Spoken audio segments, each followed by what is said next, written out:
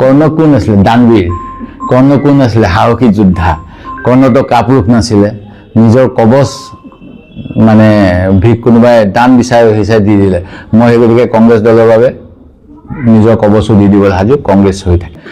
মোক একাংশ সাংবাদিকে, একান্ত ৰাজনীতিক বহুতেই মোক কংগ্ৰেছ দলৰ পৰা খেদাব বিচাৰে, কিন্তু মই বিদেশী নহয়, মই মানে জন্মসূত্ৰে কংগ্ৰেছী। সেই গতিকে কংগ্ৰেছ মই যেতিয়ালৈকে নিজ ইচ্ছাৰে ত্যাগ নকৰোঁ, কোনেও মোক ত্যাগ কৰাব নোৱাৰে, আৰু কংগ্ৰেছ দল ত্যাগ কৰাৰ মোৰ কোনো পৰিকল্পনাই নাই। মোৰ ক্ষেত্ৰতো বহুত কথা ওলাই আছে। মুখ্যমন্ত্ৰী মহোদয়ে ভৱিষ্যতবাণী কৰি আছে বুলি মই শুনা পাইছোঁ।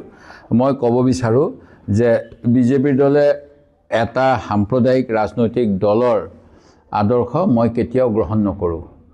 মোৰ পিতৃ প্ৰয়াত ৰাম মনোহৰ লোহিয়াৰ যি ছ'চিয়েলিষ্ট পাৰ্টি আছিল তাৰ সদস্য আছিল, আৰু এটা সময়ত সেই দল ত্যাগ কৰি ভাৰতীয় জাতীয় কংগ্ৰেছৰ যুৱ কংগ্ৰেছৰ যোগেৰে ৰাজনীতিত প্ৰৱেশ কৰিছিল।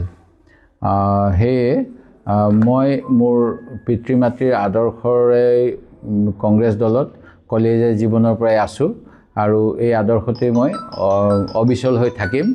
মই দল ত্যাগৰ কথা বিভিন্নজনে যোৱা বহু সময় ধৰি এনেধৰণেৰে মানে বিভিন্ন মাধ্যমত প্ৰচাৰ কৰি আছে, যিটো অতি দুৰ্ভাগ্যজনক। মই এনেকুৱা কথা কেতিয়াও ভবা নাই। ই মোৰ দলৰ কৰ্মীসকলক আৰু আমাক হতাশ কৰিবলৈ এটা অপচেষ্টা।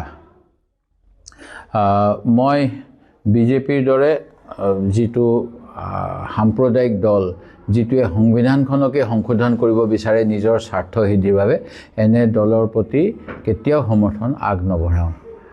আজি আমাৰ এজন নেতা তৰুণ গগৈ মন্ত্ৰীসভাৰ জ্যেষ্ঠ কেবিনেট মন্ত্ৰী প্ৰদ্যুৎ বৰদলৈ ডাঙৰীয়াই ভাৰতীয় জাতীয় কংগ্ৰেছ ত্যাগ কৰি ভাৰতীয় জনতা পাৰ্টিত চামিল হ'ল, আৰু তেখেতৰ এই বিজেপিত যোগদান কৰা ঘটনাটো মই দুৰ্ভাগ্যজনক বুলি অভিহিত কৰিব বিচাৰোঁ।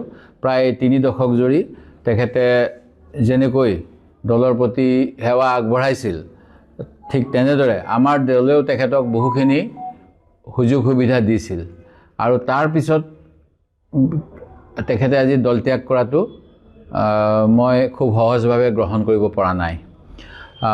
এই আমাৰ নীতি আদৰ্শৰ প্ৰতি চৰম বিশ্বাসঘাতকতা কৰি তেখেতে কংগ্ৰেছৰ নীতি আদৰ্শৰ পৰিপন্থী ভাৰতীয় জনতা দলত, ভাৰতীয় জনতা পাৰ্টি যোগদান কৰাটো আমাৰ সপোনৰো অগোচৰ আছিল। তেখেতে যি ধৰণেৰে এই কাম কৰিলে, তাতকৈ পশ্চিমবংগৰ মমতা বেনাৰ্জী অথবা দাক্ষিণাত্যৰ অন্য কেতবোৰ নেতাৰ নিচিনাকৈ, যিসকলে কংগ্ৰেছৰ লগত সহাৱস্থান কৰিব নোৱাৰি নিজাববীয়াকৈ বিজেপিৰ বিৰোধী ৰাজনৈতিক এটা স্থিতি গ্ৰহণ কৰিছিল, সেই স্থিতি গ্ৰহণ কৰা হ'লেও মই সুখী হ'লোহেঁতেন। বিৰুদ্ধে তেখেতে যোৱা সময়ছোৱাত আমাৰ দলৰ নেতৃত্বৰ লগত একেলগে কাম কৰিলে, তাৰ পিছত তেখেতে হঠাৎ এনেকৈ দলত্যাগ কৰি বিজেপি দলত যোগদান কৰাটো বৰ সঠিক সিদ্ধান্ত বুলি মই নকওঁ, আৰু তেখেতৰো ইয়াৰ ফলত কেনেকুৱা কি ভৱিষ্যত ৰাজনীতি হ'ব সেয়া সময়ে নিশ্চয় লক্ষ্য কৰিব। জ্যেষ্ঠ নেতা মল্লিকাৰ্জুন খৰ্গে ডাঙৰীয়াই এই বয়সত কংগ্ৰেছ দলক যি ধৰণেৰে নেতৃত্ব দি আহিছে, তেখেতসকলৰ প্ৰতিও মোৰ যথেষ্ট শ্ৰদ্ধা আছে, আৰু তেখেতসকলে আমাক কংগ্ৰেছ দলৰ নীতি আদৰ্শত আগবাঢ়ি যাবলৈ অনুপ্ৰাণিত কৰে।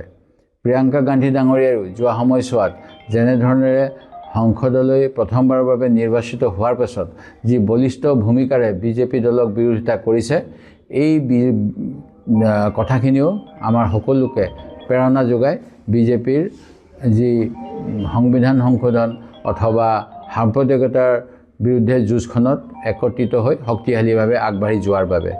মই সেয়ে আজি আপোনালোকৰ সন্মুখত ক'ব বিচাৰিছোঁ যে কংগ্ৰেছৰ নীতি আদৰ্শ আৰু সাম্প্ৰদায়িকতাবাদৰ বিৰুদ্ধে যুদ্ধ কৰিবলৈ মই কংগ্ৰেছ দলৰ সৈনিক হিচাপে অনাগত সময়ত কাম কৰি যাম। জয় অসম।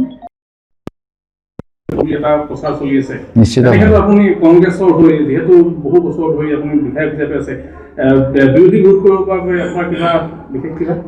মই ৰাইজৰ বুদ্ধিৰ ওপৰত মোৰ গভীৰ আস্থা আছে আৰু অসমৰ ৰাইজে বিজেপিয়ে যেনেধৰণে তেওঁলোকক আভুৱা ভাৰে এই কথা উপলব্ধি কৰে বুলি মোৰ দৃঢ় বিশ্বাস। তেওঁলোকে যি ভোট কিনাৰ এটা ব্যৱস্থা কৰিছে বিভিন্ন আঁচনিৰ যোগেদি, তাৰ যোগেদি তেওঁলোকে সফল হ'ব বুলি মোৰ মনে নধৰে। যি নাৰীৰ আদৰ্শ মহাসতী জয়মতী, সতী সাধনী, সতী ৰাধিকা, মূলা গাভৰু, সেই অসমীয়া মহিলাৰ DNAত 1250 টকা 1500 টকাত উটি ভাহি যোৱাৰ মই লক্ষণ দেখা নাপাওঁ।